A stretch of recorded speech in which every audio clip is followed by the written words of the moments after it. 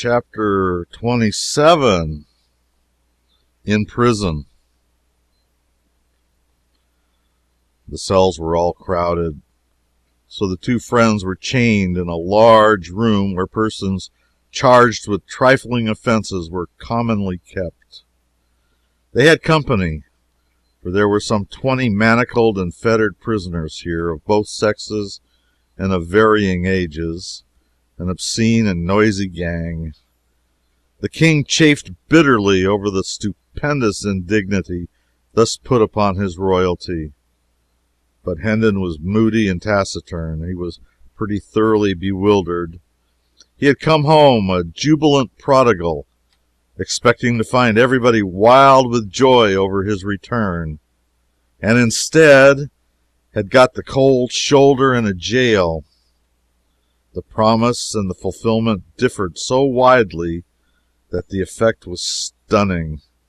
He could not decide whether it was most tragic or most grotesque.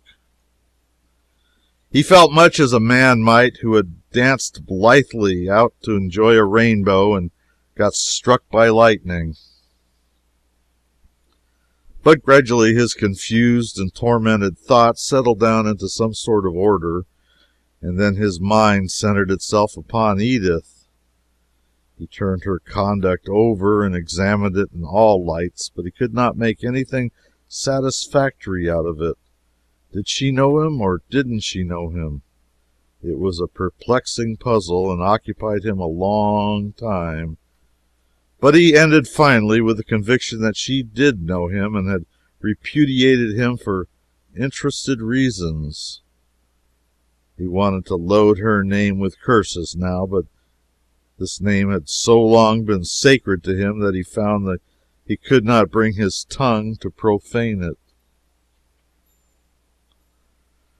Wrapped in prison blankets of a soiled and tattered condition, Hendon and the king passed a troubled night.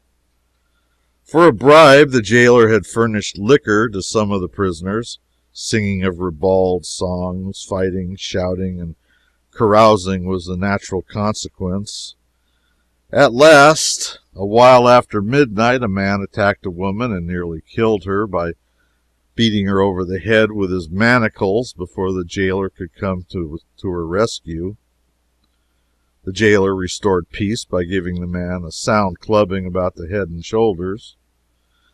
Then the carousing ceased, and after that all had an opportunity to sleep who did not mind the annoyance of the moaning and groaning of the two wounded people. During the ensuing week, the days and nights were of a monotonous sameness as to events.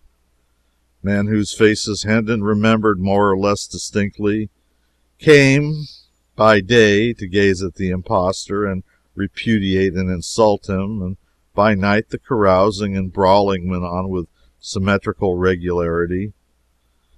However, there was a change of incident at last. The jailer brought in an old man and said to him, "The villain is in this room. Cast thy old eyes about, and see if thou canst say which is he." Hendon glanced up and experienced a pleasant sensation for the first time since he had been in the jail.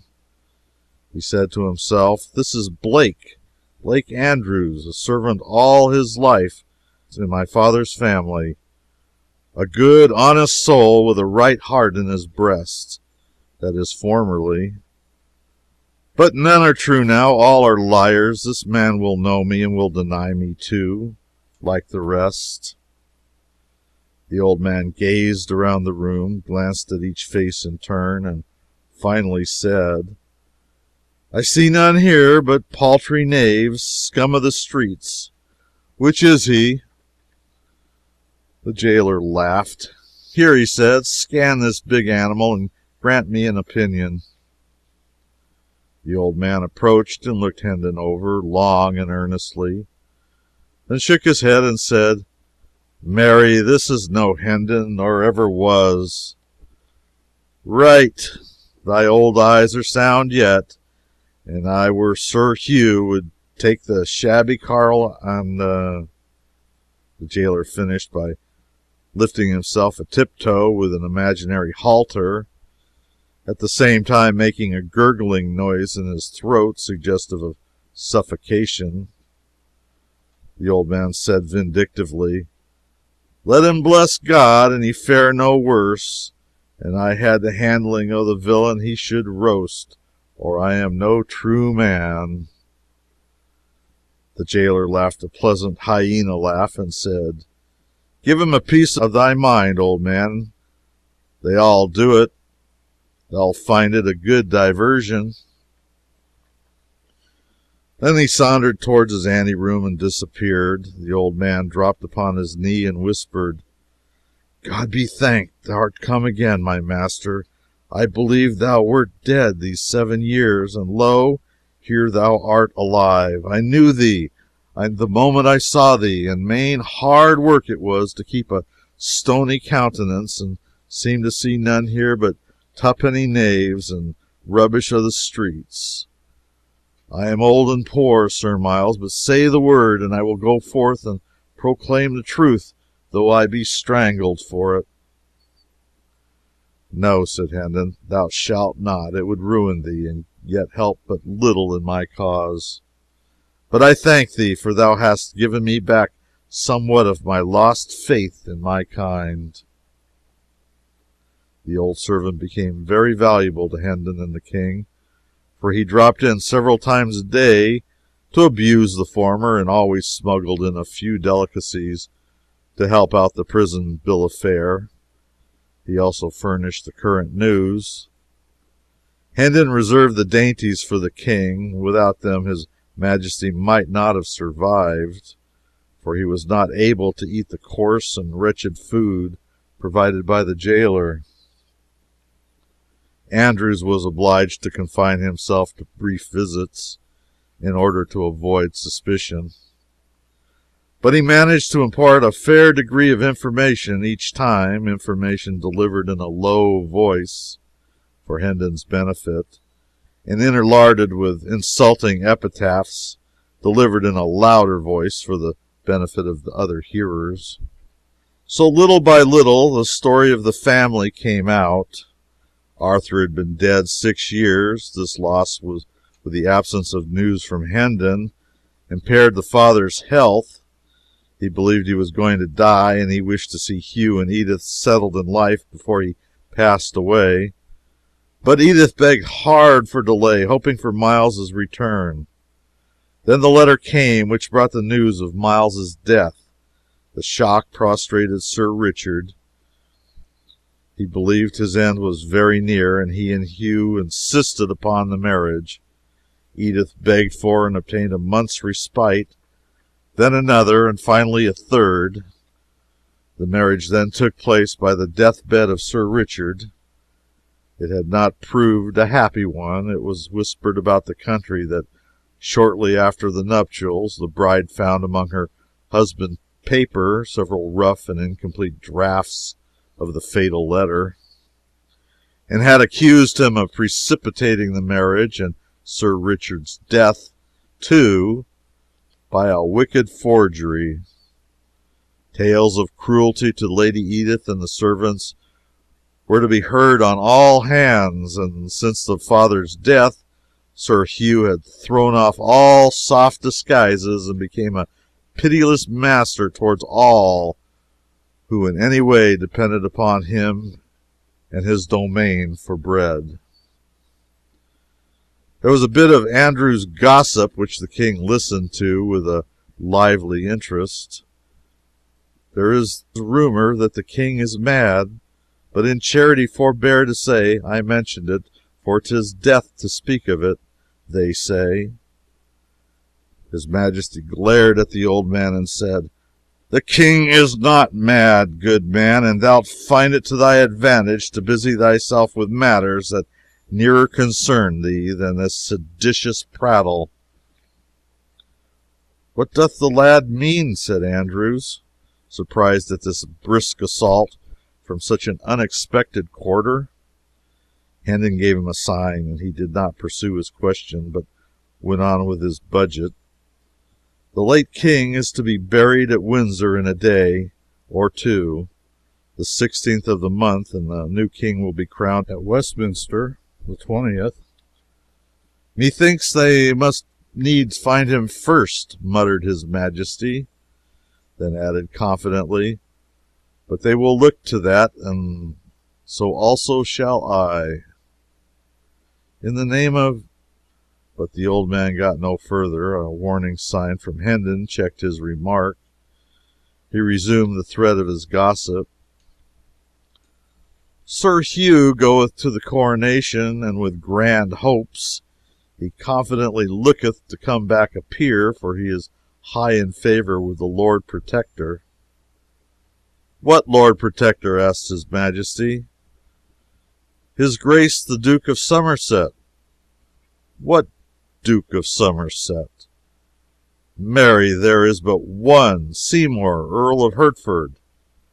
The king asked sharply, since when is he a duke and Lord Protector?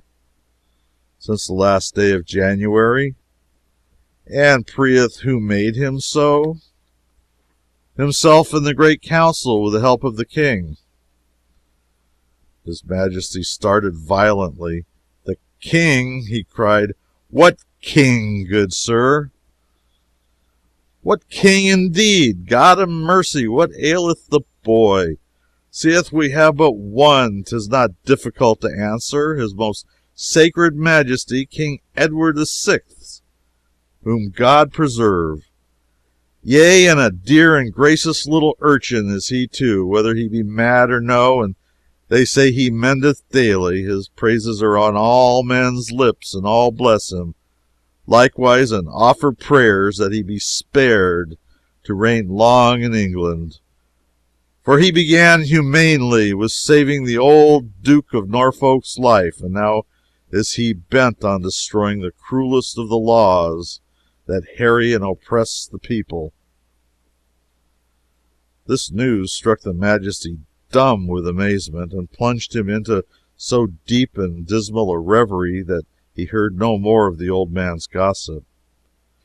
He wondered if the little urchin was the beggar boy whom he left dressed in his own garments in the palace. It did not seem possible this could be, for surely his manners and speech would betray him if he pretended to be the Prince of Wales. Then he would be driven out and search made for the true prince. Could it be that the court had set up some sprig of the nobility in his place? No, for his uncle would not allow that, and he was all powerful and could and would crush such a movement, of course. The boy's musings profited him nothing. The more he tried to unriddle the mystery, the more perplexed he became. The more his head ached, and the worse he slept. His impatience to get to London grew hourly, and his captivity became almost unendurable. Hendon's arts all failed with the king. He could not be comforted. But a couple of women who were chained near him succeeded better. Under their gentle ministrations he found peace and learned a degree of patience. He was very grateful, and came to love them dearly, and to delight in the sweet and soothing influence of their presence. He asked them why they were in prison, and when they said they were Baptists, he smiled and inquired, Is that a crime, to be shut up for in a prison? Now I grieve, for I shall lose thee. They will not keep ye long for such a little thing. They did not answer, and something in their faces made him uneasy. He said eagerly, You do not speak. Be good to me, and tell me. There will be no other punishment. Prayeth. Tell me, there is no fear of that. They tried to change the topic, but his fears were aroused, and he pursued it. Will they scourge thee? No, no, they would not be so cruel. Say they would not. Come, they will not, will they? The women betrayed confusion and distress, but there was no avoiding an answer. So one of them said in a voice choked with emotion, Oh, thou break our hearts, thou gentle spirit. God will help us to bear our— It is a confession, the king broke in. Then they will scourge thee, the stony-hearted wretches. But, oh, thou must not weep. I cannot bear it. Keep up thy courage. I shall come to my own in time and save thee from this bitter thing, and I will do it." When the king awoke in the morning, the women were gone. "They are saved," he said joyfully, then added despondently, "but woe is me, for they were my comforters." Each of them had left a shred of ribbon pinned to his clothing in token of remembrance. He said he would keep these things always, and that soon he would seek out these dear good friends of his and take them under his protection. Just then the jailer came in with some subordinates and commanded that the prisoners be conducted to the jail yard.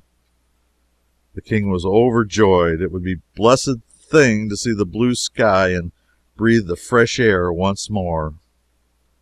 He fretted and chafed at the slowness of the officers, but his turn came at last, and he was released from his staple and ordered to follow the other prisoners with Hendon. The court or quadrangle was stone paved and open to the sky. The prisoners entered it through a massive archway of masonry and were placed in file, standing with their backs against the wall. A rope was stretched in front of them, and they were also guarded by their officers. It was a chill and lowering morning, and a light snow which had fallen during the night whitened the great empty space and added to the general dismalness of its aspect. Now and then a wintry wind shivered through the place and sent the snow eddying hither and thither. In the center of the court stood two women chained to posts. A glance showed the king that these were his good friends. He shuddered and said to himself, "Alack, they are not gone free, as I had thought. To think that such as these should know the lash in England! Aye, there's the shame of it. Not in heathenous Christian England. They will be scourged, and I, whom they have comforted and kindly entreated, must look on and see the great wrong done. It is strange, so strange, that I, the very source of power in this broad realm, am helpless to protect them.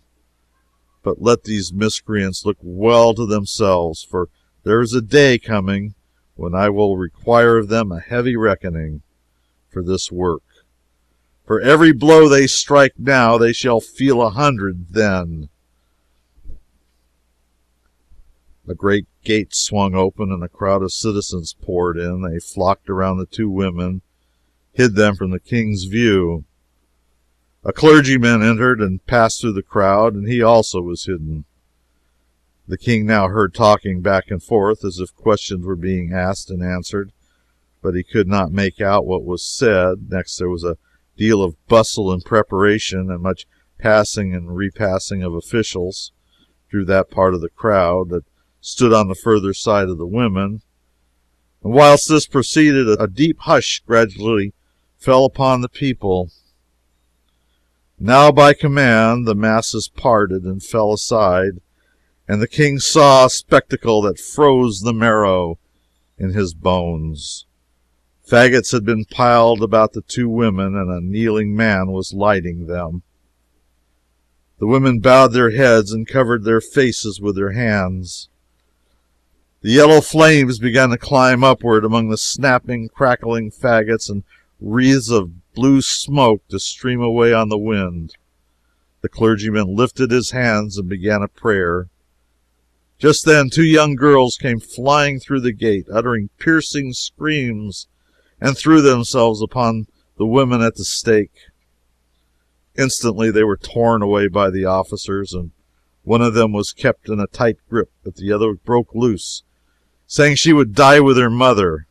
And before she could be stopped, she had flung her arms about her mother's neck again. She was torn away once more, with her gown on fire. 2 or 3 men held her, and the burning portion of her gown was snatched off and thrown flaming aside. she struggling all the while to free herself and saying she would be alone in the world now and begging to be allowed to die with her mother. Both the girls screamed continually and fought for freedom, but suddenly this tumult was drowned under a volley of heart-piercing shrieks of mortal agony. The king glanced from the frantic girls to the stake, then turned away and leaned his ashen face against the wall and looked no more. He said, "That which I have seen in that one little moment will never go from my memory, but will abide there, and I shall see it all the days and dream of it all the nights till I die. Would God I had been blind." Hendon was watching the king. He said to himself with satisfaction, "His disorder mendeth. He hath changed. He groweth gentler. If he had followed his wont, he would have stormed at those varlets and said he was king and commanded that the women be turned loose unscathed. Soon his delusion will pass away and be forgotten, and his poor mind will be whole again. God speed the day." That same day several prisoners were brought in to remain overnight, and who were being conveyed under guard to various places in the kingdom to undergo punishment for crimes committed. The king conversed with these. He had made it a point from the beginning to instruct himself for the kingly office by questioning prisoners whenever the opportunity offered, and the tale of their woes wrung his heart. One of them was a poor half-witted woman who had stolen a yard or two of cloth from a weaver. She was to be hanged for it. Another was a man who had been accused of stealing a horse. He said the proof had failed, and he had imagined that he was safe from the halter. But no, it was hardly free before he was arraigned for killing a deer in the King's Park. This was proved against him, and now he was on his way to the gallows. There was a tradesman's apprentice whose case particularly distressed the king. This youth said to have found a hawk one evening that had escaped from its owner, and he took it home with him, imagining himself entitled to it, but the court convicted him of stealing it and sentenced him to death. The king was furious over these inhumanities and wanted Hendon to break jail and fly with him to Westminster, so that he could mount his throne and hold out his scepter in mercy over these unfortunate people and save their lives. "Poor child," sighed Hendon, "those woeful tales have brought his malady upon him again. Alack, but for this evil hap he would have been well in a little time." Among these prisoners was an old lawyer, a man with a strong face and a dauntless mien. 3 years past he had written a pamphlet against the Lord Chancellor, accusing him of injustice, and had been punished for it by the loss of his ears in the pillory, and degradation from the bar, and in addition had been fined £3,000 and sentenced to imprisonment for life. Lately he had repeated his offense, and in consequence was now under sentence to lose what remained of his ears, pay a fine of £5,000, and be branded on both cheeks, and remain in prison for life. "These be honorable scars," he said, and turned back his gray hair and showed the mutilated stubs of once been his ears. The king's eye burned with passion. He said, "None believe in me, neither wilt thou, but no matter. Within the compass of a month thou shalt be free and more. The laws that have dishonored thee and shamed the English name shall be swept from the statute books. The world is made wrong. Kings should go to school to learn their own laws at times, and so learn mercy.